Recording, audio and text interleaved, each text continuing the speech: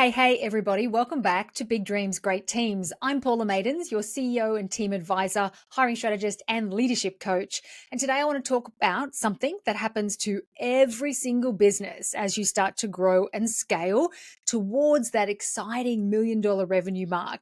And that is the unexpected growing pains with your team. Now, I'm using the $1 million revenue mark as a little bit of a rough benchmark here, but depending on your business model, this can hit at different points. And I'm going to talk about that in a moment. Because when a business goes through a growth period, you've hired in more people, you're starting to scale your client base and maybe scale on and add new services.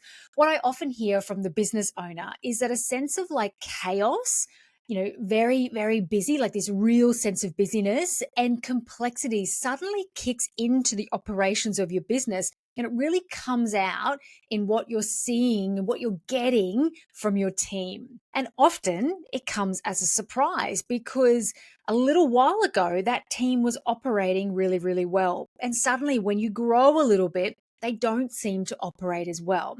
And I hear a lot of people saying, Paula, I thought that, when we grew our revenue, it would solve our problems. But the reality is you as a business owner are busier than ever, more involved, that you can find yourself fighting more fires because you've got more team, more clients, more money, but it feels busier and harder than ever. And what's really interesting is that you'll notice that your team start to struggle.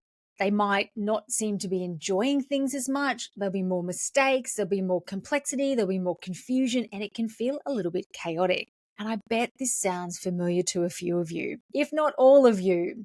The truth is, more revenue doesn't automatically translate to more profit or more space for you, to be able to finally think strategically or have a rest. And often the increase in clients, volumes, and team members brings a whole new level of challenges that can totally take you by surprise. So after working with loads and loads, hundreds of businesses through this growth stage across both service-based businesses and bricks and mortar businesses, there are definitely consistent patterns that emerge. So today I'm going to share the 3 common team breakdowns that typically happen as you're growing towards this $1 million mark, and more importantly, practical ways to solve them so that you can keep growing and scaling with confidence. Okay, let's dive in.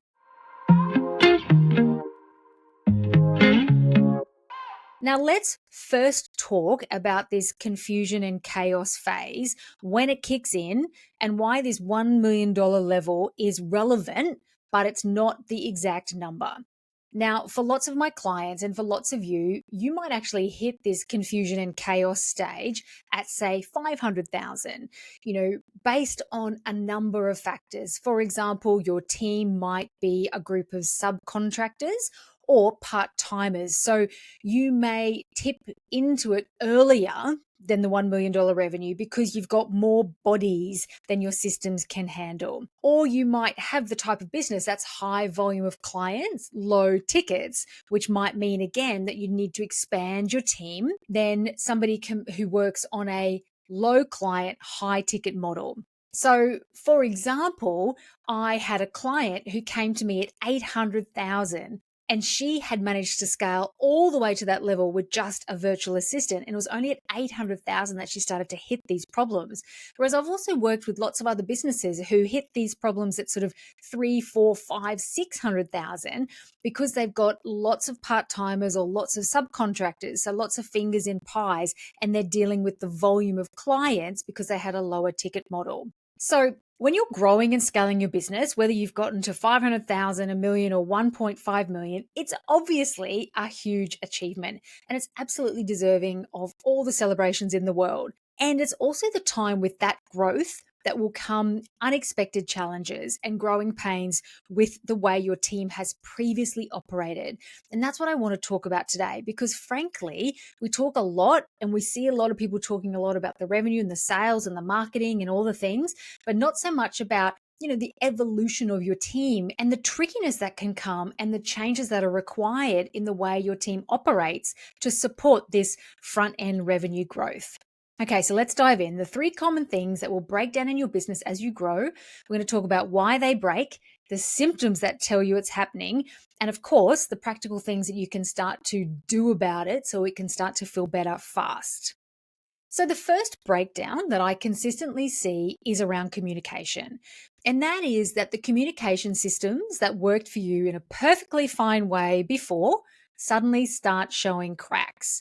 So, this might look like information being missed by people who used to be across it all, team members who were always on top of everything suddenly seeming less effective or less productive, or they might be showing signs of stress. Maybe you've received some client feedback that isn't quite as glowing as what it used to be, or the glowing feedback just seems to have just tapered off a little bit. You might find yourself as the business owner clarifying directions or clarifying instructions or clarifying the purpose or what you're trying to achieve. And it might feel like you're sort of saying this a few times to a few different people.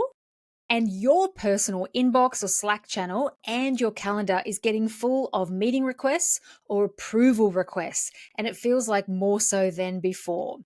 So, why does this happen? Firstly, the increased volume of work makes those previous casual, more informal communication modes much less effective now. So, the things that used to work or you used to get away with when it comes to the way you communicated don't work necessarily with the more volume. Now, that volume might be more clients, it might be more team members, but you've expanded the volume, and that old, probably informal way of communicating just isn't holding up. Normally, what I see happening is that new team members have joined, but they don't have proper clarity over their roles. And so you end up with more helpers, so more people who want to help, who want to be involved, and potentially there's a duplication of information, there's duplication of conversations. People might be interpreting instructions in different ways, all with good intentions for sure, but it can definitely feel messy. And what I also see happening is that you, as the business owner, often try to stay involved and across everything because there's so much going on. It's even less about whether you want to keep your eyes across everything and your fingers in all the pies, but it's almost like you feel like you should keep across everything. And it's feeling like it's becoming more and more impossible. And often what's also happening is that you're trying to retain the essence of your company, especially with new people on board. So you're feeling more and more stretched than ever before. And you're probably still working in a way that's inviting everyone's opinion at too many stages of the process, which is slowing things down. And then, of course, although you're trying to be across all the things, the reality is you're not part of every single conversation. So things are probably getting misinterpreted, and that's causing people to have to go back and redo things. So the impact of these things is too many hands usually means more rework, more opinions, workflow slows down when you probably need it to be speeding up because you're trying to grow. And often additional opinions, additional people can add layers of complexity and stretch out the length of conversations around what can and should be reasonably simple flows of work. So that can mean that your client experience gets slower, and the cost of getting things done or doing the same things can stretch out because it's taking longer and there's more people involved. So what can you do about this? So if you are nodding your head to any of these things, don't worry. A, it's normal, and B, there's always things that you can do. The first thing I recommend you do is to do a bit of a communications scan across your business to looking for where information flow could be improved. And some of the questions you need to ask yourself is, do all these people really need to be involved in all these things? And more specifically, whose opinion actually matters at what stage? And sometimes while you work through who needs to be involved, who doesn't need to be involved, what do those meetings look like, how are we going to shuffle the way we communicate, sometimes dropping into a daily check-in type of approach, which I get probably makes you want to vomit at the thought of another meeting in your diary. But a daily meeting at a scheduled time that's no more than 10 to 15 minutes to troubleshoot and clarify anything can often be a good stopgap while you're doing a bit of a communication overhaul and looking at what meetings are truly necessary, who needs to attend them, who doesn't need to attend them, and shifting from a everybody's in the meeting way of working to we have mini meetings with smaller people in the room and we get together as a larger group less often. So that's two things that I've talked about. I've talked about looking at who needs to be involved in the meetings and starting to move the way you're communicating, considering a daily huddle, seeing if that can help to sort of speed up the flow of information while you're making these changes. And then thirdly, out the other side, think about, well, what is our new communication guidelines? When are we using Slack? When are we using ClickUp? How do we share information? Where are we saving information? Who's making decisions and what's our decision-making process? And a little hint in here, the answer to those things can't keep being you. So let's dive into the second breakdown that I see, and that is when those broad, flexible roles that worked so well before suddenly stop feeling so effective. So you might be noticing some tasks falling through the cracks despite having really capable people running that role. You might discover team members who are unknowingly duplicating things. You might also notice team members who used to thrive wearing multiple hats suddenly seeming a little bit overwhelmed, stressed, or just less effective. So here's the pattern that I see. Those early team members, the people who've been with you from the very beginning, will start struggling with their previous broad do-it-all roles. And when they're still being asked for input on everything, but the volume of things have grown and the number of people that are involved have grown, it will just simply grow to a stage that's more than what they can handle. The other truth is that these great people, because they are your great people, because they're your longest standing team members, it's really common and easy for you to not notice or to let these things slide, giving the person loads more grace because you think, oh, this person's amazing. It doesn't matter that they've dropped the ball. And whereas what you should be noticing and realizing is that it's a different issue. It's not about the person dropping the ball. It's about the role being too broad. Because these people, these great people who used to seem to be on top of everything, can really easily drop into a reality of feeling scattered, less productive, more stressed, and even a little bit defensive. And you, in turn, might notice these things and find yourself stepping in to help to pick up some of the stuff that's getting dropped because you're thinking, this person's amazing. They've been with me forever. I'm going to lean in and help them out because this might just be a moment in time. But what it actually often is that the role that the person's trying to carry is too broad. And this is really common that this happens at this stage of growth because those broad, flexible roles that worked perfectly for well at earlier revenue levels, they just don't scale well due to the increased volume, the increased or differing complexities in your business. And when your early employees or your early team members try and maintain that involvement across all the things, all the aspects of your business, because that's frankly what their responsibility is, or that's what's always worked, and it becomes not sustainable or effective, you'll find that they stop enjoying it and they might start resenting you. And it can get really confusing for you watching this change and not understanding what the real issue is at the heart of it. Every single business reaches a point where you need to move from generalized roles to specialized roles. And you'll know if you've reached that point, or you might be nearing that point for at least some parts of your business. As I said, if team members are experiencing or showing signs of stress, if things don't seem as efficient, as conversations and decisions seem like they're really stretching out, if it appears like opinions are overlapping, if quality is becoming inconsistent, or if you're getting pulled in, as I said, to kind of fill some gaps and pick up some balls that are being dropped, or step in to make decisions and clarify conversations or directions. Because all of these things that you're leaning in to do to be helpful, it's all taking you away from being able to think strategically about your business, about the growth, about the changes and the things, that whole thinking about working on the business. So what can you do if you're noticing any of these things? And it's about reviewing the roles and recalibrating the roles to your new business and its current stage of growth and where you're going to the next level.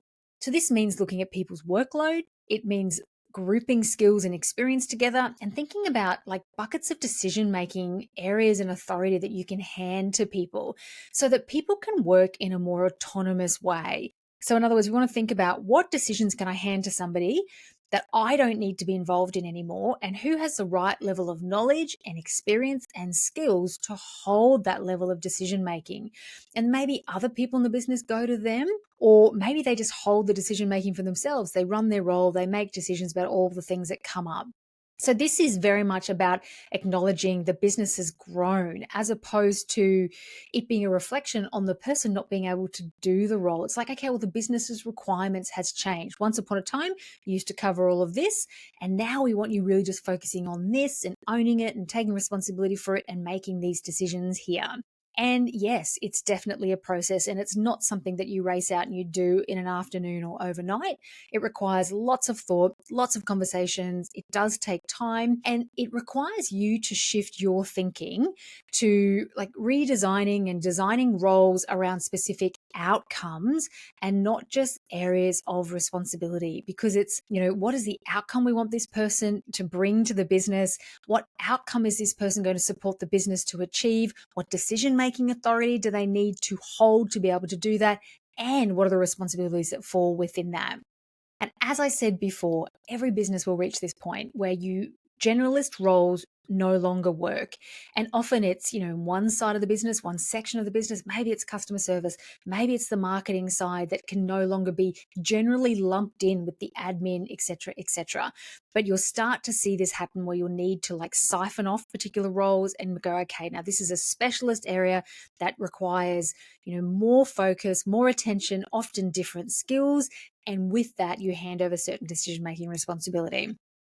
Okay, so moving on to the third breakdown, that in the patterns of what I see is that collaborative decision making that served you well in the beginning can now create some serious bottlenecks. So often what works in a small team in your early revenue days, where you get everyone's input and you brainstorm and you run things past everybody, where everyone's weighing in on, most decisions, or certainly most big decisions, can really start to dramatically slow things down as you try and grow and, be agile and move and respond and grow fast. You might notice this looking like projects that, should move at a reasonable pace are slowing down, or deadlines that you set that you thought were reasonable are being missed. And that can be because of the input required from various people for various parts of the project. You might also notice that team members who used to make decisions confidently now seek approval, or now are double checking for even what, and you might be thinking to yourself, why aren't they checking that with me? Why aren't they just running with that? You might notice that if you go away for a day, maybe you're taking a day off, maybe you're, away in a meeting, whatever, that progress seems to stall. And as I've said before, your calendar might feel like it's being filled with decision-making requests or approval meetings, where you're essentially saying yes, yes, yes, yes, yes to a bunch of things that are being presented to you, rather than meetings that are about strategy, direction, problem solving, process improvement. So why does this happen at this stage of growth?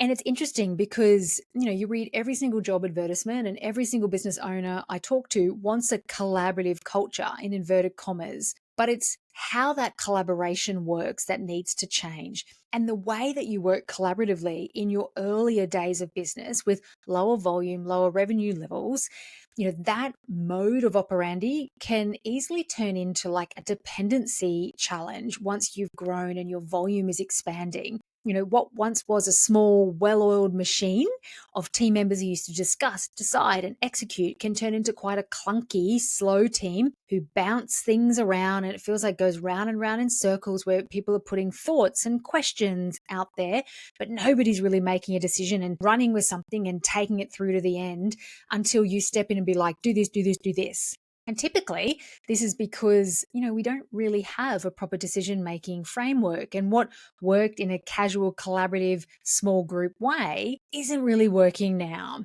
And often, like, the second factor there is that the team members have been conditioned or used to involving you in decisions because it's what you've always done, it's what's always worked. And there's a comfort in that, right? Like, there's a safety in, hey, we all, agreed this together, and that's what we're doing. What's really interesting to observe is that also Often people who used to be more decisive can now seem hesitant because the more people, more complexity can almost dent their confidence a little bit. Or they might be questioning, should I be making a decision here? Should I not be? And that tells us that there's a lack of clarity around who should be making the decisions, how do we make them, and how do we make them in a way whereby even if it doesn't quite perfectly go to plan and it's not the perfect decision, we still feel safe. So ultimately, the stakes feel higher. So we need to have clarity around that decision-making process so that people can, make decisions and move through it as fast, as efficiently as possible. And of course, the impact this collaborative decision making slowdown has on your business is that decisions just take too long. What used to be fast slows down to days or weeks, and then your business gets limited by like your availability to approve things. And that can create like a ceiling on your growth, frankly, based on the ceiling of your time. And the other thing I notice happening is that process improvements or innovation basically goes out the window because people are so stuck in just getting through the what needs to be done that they just lose any time, space, or appetite to think about how can we actually do it better.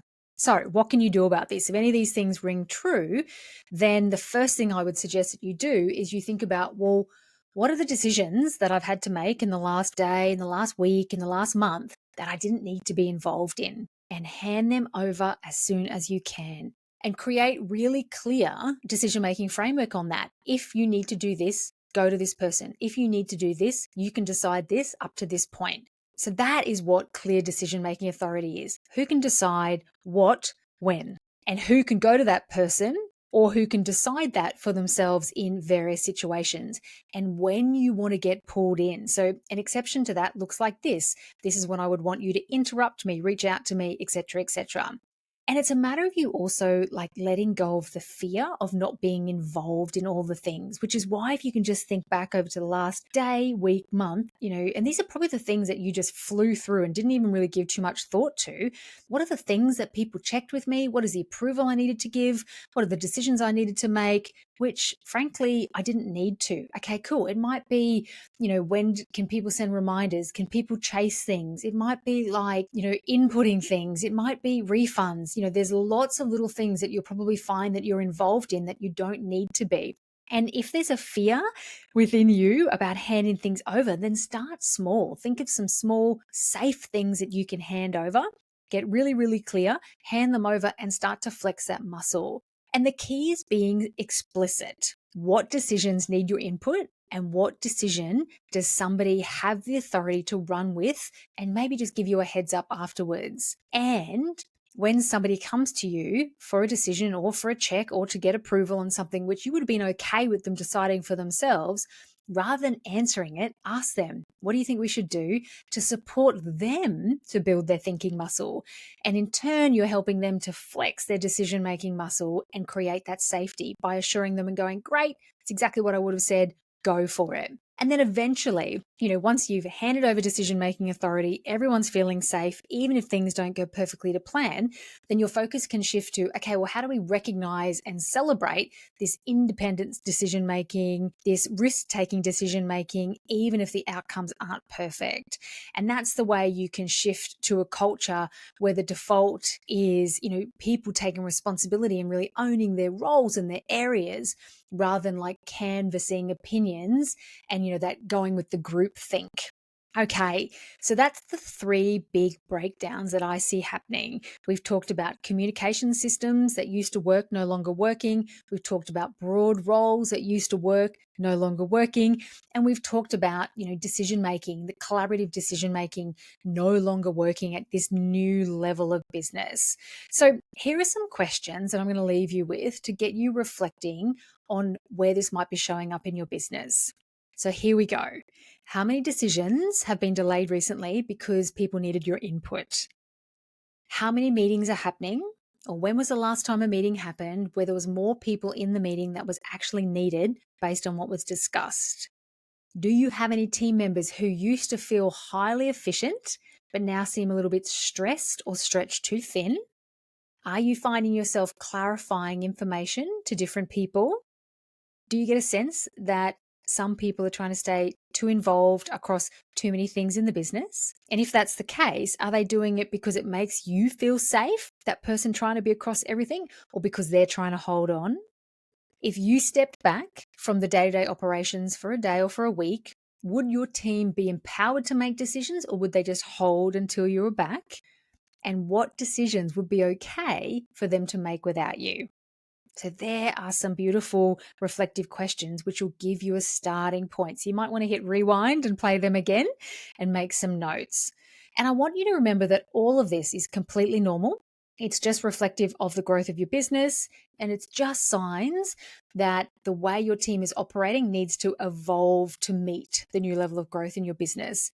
And if you're facing any of these thoughts or patterns, or the answer to those questions that I've asked makes you think, yeah, this is some stuff we need to look at, then I want to share with you about my brand new team performance audit. Now, this is a new offer that I released in March, and this isn't a generic assessment. It is a personalized and structured way for you to identify the areas in your team based on your current stage of business, which ones could benefit from refinement to increase the performance of your team. So what we do is you complete a diagnostic questionnaire, which I review, and then we jump into a laser-focused 45-minute diagnostic call to explore further. And then I make my recommendations, and I send you a document afterwards with all of it in there. But the most important part is that it's prioritized recommendations. So I'd work on this first to get these wins first, and then move to working on this and this, so that you're really getting, the most bang for your buck, so to speak. The little changes that you can make, you get as bigger wins from them as possible. So if that sounds like it's something you want to check out, please jump over and check it out at paulamaidens.com/team-performance-audit. So if you didn't catch that, go to paulamaidens.com. You'll find it on the menu. And of course, it'll be in the show notes to this episode as well. And just if you've got any questions, just remember it's always me in the DMs and on my email. So come over and have a chat to me over at Instagram, Paula Maidens Consulting. Or you can just send me an email to paulamaidens.com and I am the one answering it. So as I said, remember that none of these team adjustments are wrong. And I use the word chaos to kind of catch your attention, but it's such a normal chaos. So I really want you to hear that. In the same way that you're not wearing the exact same clothes you wore 10 years ago, you might have the same style, the same flair, but the pants look a little bit different. That's what we need to do with our team. We need to tweak and evolve. We don't lose the essence of who they are, and who you are in your culture, but it's not going to look exactly the same as you grow your business. And the really good thing is just to remember that all of this is just a sign of a successful business that's evolving to its next stage of growth and its next stage of, what it needs to look like. Thank you so much for joining me today. Until next time, have fun, and here's to your big dreams and great teams. Thanks for joining me.